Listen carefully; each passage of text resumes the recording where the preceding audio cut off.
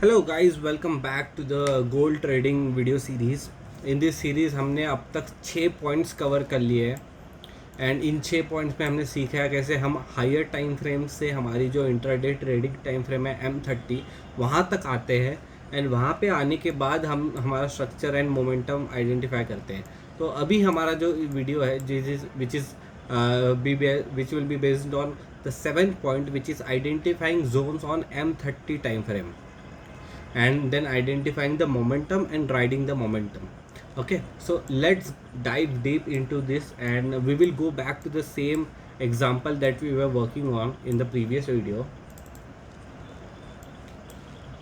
एक मिनट में को कहाँ गया? ओके, ठीक है। तो लास्ट वीडियो में हमने देखा था कि कैसे we waited for the price to come into our imbalance zone and then वहाँ पे इसने अपने को एक H4 की बड़ी कैंडल दिया and that gave us a confirmation कि यहाँ से प्राइस पलट सकता है ना। उसके बाद में मैंने कहा था कि हमने हमारा ब्रेकअप स्ट्रक्चर प्लॉट किया। अब इस वीडियो में हम देखते हैं कि जो हमारे जोन होते हैं ना M30 पे, वो हम कैसे आइडेंटिफाई करेंगे एंड उसके बेसिस पे हम कैसे एक फिर बाद में हम एक M30 का कैसे कैंडल से कन्फर्मेशन लेंगे एंड फिर कैसे ट्रेड करेंगे।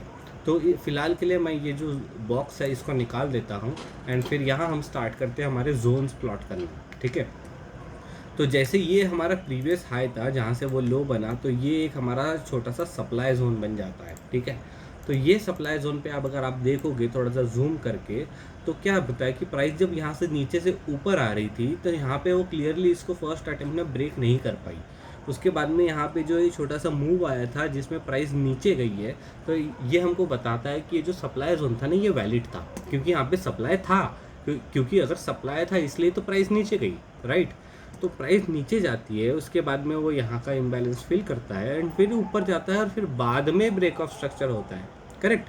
तो अभी यहाँ से हमारा जो प्रोसेस है वो स्टार्ट हो जाता है डिमांड एंड सप्लाई प्लॉट। तो इस प्रकार से ये जो कैंडल है जिसके बाद ये एक मूव आया है जिसने ब्रेक ऑफ स्ट्रक्चर दिया, और आप देख सकते हो कितने इम्पल्सिवली ब्रेक ऑफ स्ट्रक्चर हुआ है। तो इसलिए मैंने इस कैंडल को मैं ऐसे प्लॉट कर लेता हूँ। ठीक है, तो अब इस कैंडल को प्लॉट करने के बाद में हमको यह दूसरी चीज़ क्या है कि हम मोमेंटम पे भी थोड़ा ध्यान देंगे। अगर आप यहाँ देखो कि यहाँ पे इस जोन को ब्रेक करके हाई बनाने के लिए यहाँ पे सिर्फ 2 कैंडल्स लगी, बट जब प्राइस रिट्रेस कर रही थी तो इट टुक अराउंड 1 2 3 4, इसको 4 कैंडल लगी वापस से उस जोन में आने के लिए, जबकि ऊपर जाने के लिए 2 लगी थी कि नीचे आने के लिए 4 लगी। इसका मतलब क्या है कि जो मोमेंटम है वो अभी बाइंग साइड है, इसलिए हमारा जो ट्रेड है वो भी बाइंग साइड ही होने वाला है। एंड ये हमारा एक प्रकार से कॉन्फ्लुएंस है कि मोमेंटम हमारे साथ है, स्ट्रक्चर हमारे साथ है, जोन्स हमारे साथ है, तो अभी हम ट्रेड ढूंढ सकते हैं। तो अभी ट्रेड ढूंढने के लिए हम आगे में नेक्स्ट वीडियो में मैं आपको बताऊंगा कि मेरा एंट्री क्राइटेरिया क्या होता है, मैं एंट्री एक्चुअली लेता कहाँ हूँ। तो बट इस वीडियो में हम देखते हैं कि हम आगे में अगर प्राइस और फॉलो कर रही थी हम जोन्स कैसे प्लॉट करेंगे। ठीक है, तो ये जो हो गया ये हमारा पहला डिमांड जोन हो गया जहाँ से प्राइस ने थोड़ा सा ऐसा ब्रेकआउट दिया, फिर इसको रिटेस्ट किया, फिर यहाँ प्राइस आती है। फिर ये आप देख सकते हो कि यहाँ पे देखो कैसे लो ब्रेक करने के जस्ट पहले एक छोटा सा पुल बैक आया एंड फिर प्राइस ऊपर गई। तो ये जो होगा ये हमारा एक डिविजनल जोन होगा इस जोन का। तो ये सेम प्रोसेस है जो मैं रिपीट कर रहा था H4 टाइम फ्रेम पे, यही सेम प्रोसेस मैं M30 टाइम फ्रेम पे भी रिपीट कर रहा हूँ।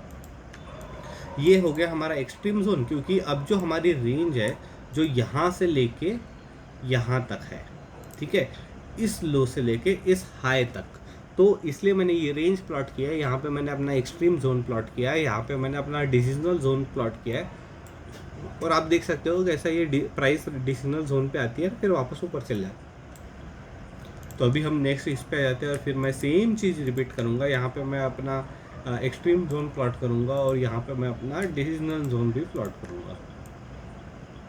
ठीक है, तो इस प्रकार से जो प्रोसेस हमने H4 पे की थी हम सिमिलरली सेम प्रोसेस करने जा रहे हैं यहाँ पे भी। ठीक है, अब ये जो प्रोसेस है ये हमने कर लिया, बट हम एक चीज़ तो भूल गए कि हमने जो एकदम एक्सट्रीम जोन था H4 का उसको तो प्लॉट किया ही नहीं। तो ये जो जोन हो गया हमारा, मतलब ये देखिए, अगर यहाँ कैंडल होती ना जो जिसका बॉडी ऐसा होता तो मैं उस कैंडल को प्रिंट करता, लेकिन जस्ट बिकॉज यहाँ इतनी बड़ी कैंडल है और उसके नीचे इतनी बड़ी विक है, तो इस अगर मैं अपना जोन प्लॉट करने जाऊँगा तो वो इतना बड़ा हो जाएगा। अब इतने बड़े जोन में इस अगर आपको इस इतना बड़े जोन के साथ वर्क नहीं करना है तो आप इसको रिफाइन कर सकते हो और आप इसको इस विक पे भी रिफाइन करके ला सकते हो। क्यों? क्योंकि ये जो विक है, जब प्राइस यहाँ से ऊपर जा रही थी तो ये विक पे कभी कभी कोई टैप हुआ ही नहीं है। ऐसी कोई छोटी सी विक आके इस जो विक पे यहाँ पे उसने टैप नहीं किया, इसलिए मैंने इसको जोन को प्लॉट कर दिया है ताकि ये फ्यूचर में आके कभी कभी टेस्ट होगा। तो इस प्रकार से मैं अपने सारे जो जोन्स है वो प्लॉट करता हूँ M30 टाइम फ्रेम पे। एंड ये जैसा मैंने लॉजिक आपको बताया कि यहाँ से अगर आप कैलकुलेट करो तो प्राइस ने यहाँ से यहाँ जाने के लिए it took 3 hours 30 minutes which is 7 bars।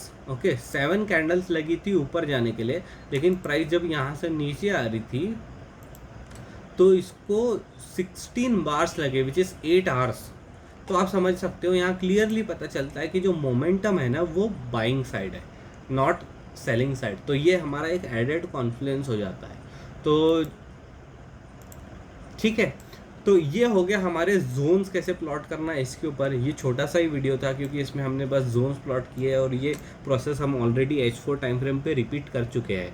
तो अभी नेक्स्ट वीडियो में मैं आपको बताऊंगा कि एक्चुअल में जब मैं ट्रेड लेता हूँ तो वो ट्रेड लेने का क्राइटेरिया क्या होता है और वो ट्रेड मैं एंटर कैसे करता हूँ, वहाँ मैं स्टॉप लॉस कहाँ रखता हूँ और किस प्रकार से बेसिकली मैं मेरा जो पूरा प्रोसेस है वो कैसा काम करता है।